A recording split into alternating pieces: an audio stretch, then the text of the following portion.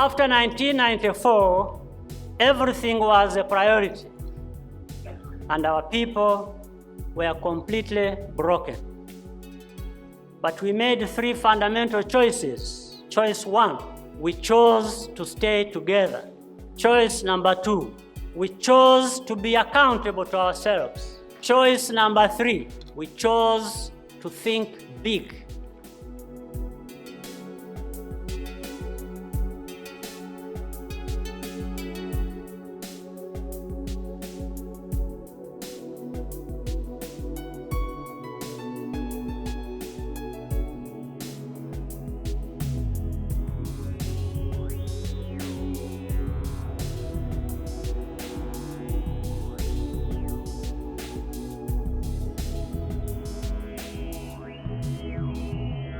Post-genocide, adversity was turned into opportunity by creating a national vision, Vision 2020, which is a translation of Rwandans' aspiration for the future of their country and society. Rwanda Governance Board, in collaboration with the United Nations, conducted consultation meetings in 7 districts across Rwanda on SDGs indicators of governance and rule of law. These SDGs indicators are further developed into 7 sub-indicators, which are state capacity, openness and transparency and ICT, participation and engagement, anti-corruption, inclusion and non-discrimination, justice and rule of law, political rights and accountability. Rwanda has chosen to go homegrown initiatives. Rwanda has chosen to implement unconventional approaches to solve conventional problems.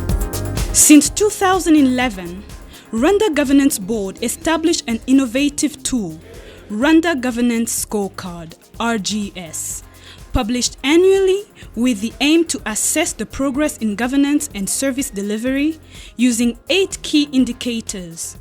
Those are rule of law, political rights and civil liberties, participation and inclusiveness, safety and security, investing in human and social development, control of corruption, transparency and accountability, quality of service delivery, and economic and corporate governance. A number of SDGs indicators are aligned with the Rwanda Governance Scorecard.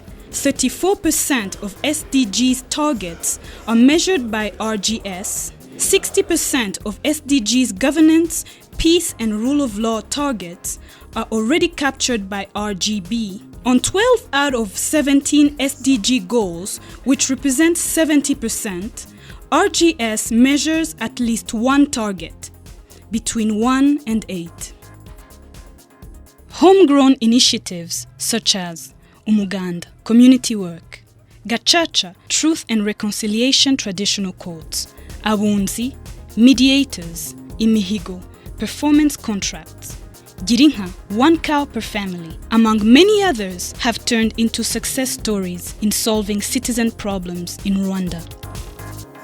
At the wake of the genocide, the first priority was the poverty reduction strategy, finalized in 2001, which covered the period 2002 and 2006, the Vision 2020 Umurenge Program, VUP, and the governance program were aimed at providing a decentralized, integrated program designed to impact on rural poverty reduction. Today, districts plan their own development projects in conjunction with their stakeholders, and there has been a registered increase in national budget allocation and the Common Development Fund, CDF, at district level. Over the last 15 years, the government has put measures in place to empower civil society organizations in enforcing state and private accountability and participation. CSOs' engagement in local governance that fully participate in Joint Action Development Forum, JAF, pro-poor and gender-friendly programs such as Girinka, 1 cow per family, was initiated, as well as gender mainstreaming programs such as the Gender Responsive Budgeting Initiative. Kagame yaduhaye inka ngo tunywe amata, tubone ifumbire, twigire neza n'abana bacu tubarere neza tubaha n'amata. A well-functioning judiciary allows justice to be done quickly and fairly with equal rights for both the accused and the victim. Gacaca has helped Rwanda to solve 1,958,634 cases and deliver justice in 8 years instead of 200 years if classical judicial system was used. Among these local initiatives, legal counsel and access to legal aid through access to justice bureaus has been provided to help those in need of legal aid support. In the Rwanda tradition, abunzi were men known within their communities for personal integrity and were relied on to intervene in the event of conflict. The purpose of this system was to settle disputes and also to reconcile the conflicting parties and restore harmony within the affected community.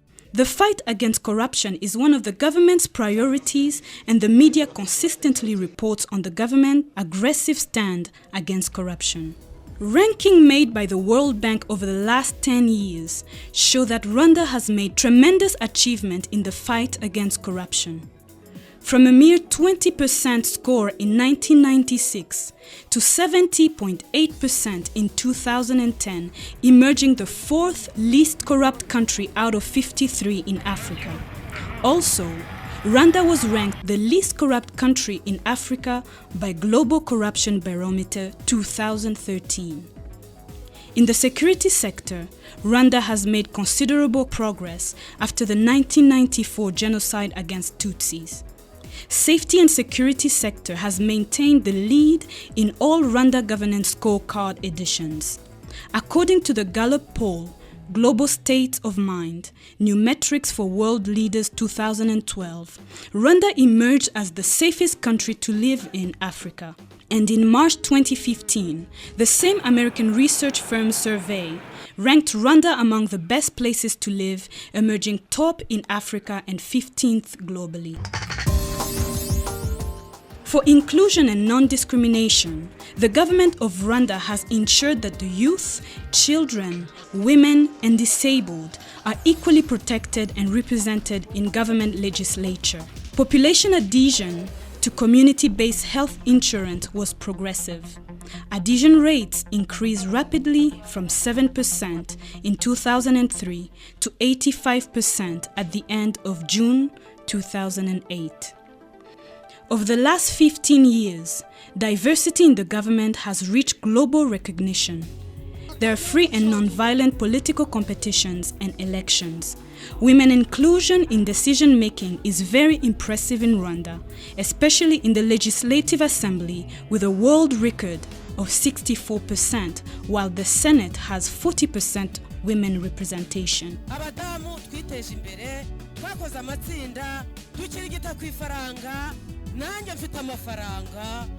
Access to education has improved with the implementation of the 9-year basic education program, while completion rates have also increased significantly, with 79% for boys and 82% for girls by 2012.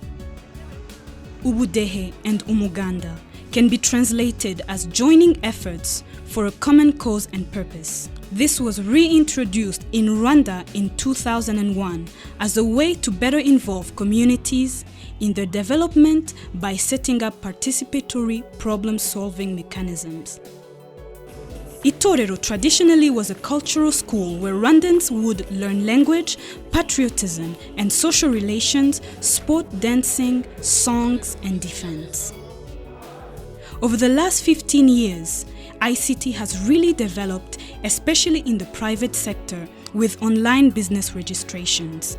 This was a key to Rwanda's improvement global ranking for ease doing a business in 2011, where it ranked 58th. There is also the Smart Nation ID system in the National Data Center and the One Laptop Per Child program that has seen 113 schools benefit from more than 56,000 laptops. In good governance, the ICT plays a big role of facilitating the Nation Dialogue Council, known as Umushikirano, where citizens ask questions directly to the President of the Republic through telephone calls and social media. These efforts have resulted in Rwanda being ranked the 10th fastest growing economy in the world for the last decade. At the same time, more than 1.6 million people have been lifted out of poverty, a perfect developmental hat trick of sustained economic growth, 8% average, poverty reduction 12% points, and a reduction in income inequality were achieved.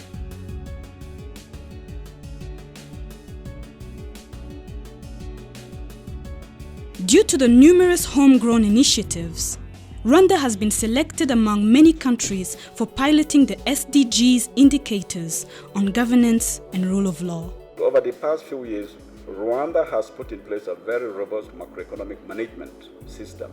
Some of the governance areas have definitely improved. We would like to see, moving forward. So the first piece of the necessary mindset is to believe in ourselves. The second mindset trait is to never give up.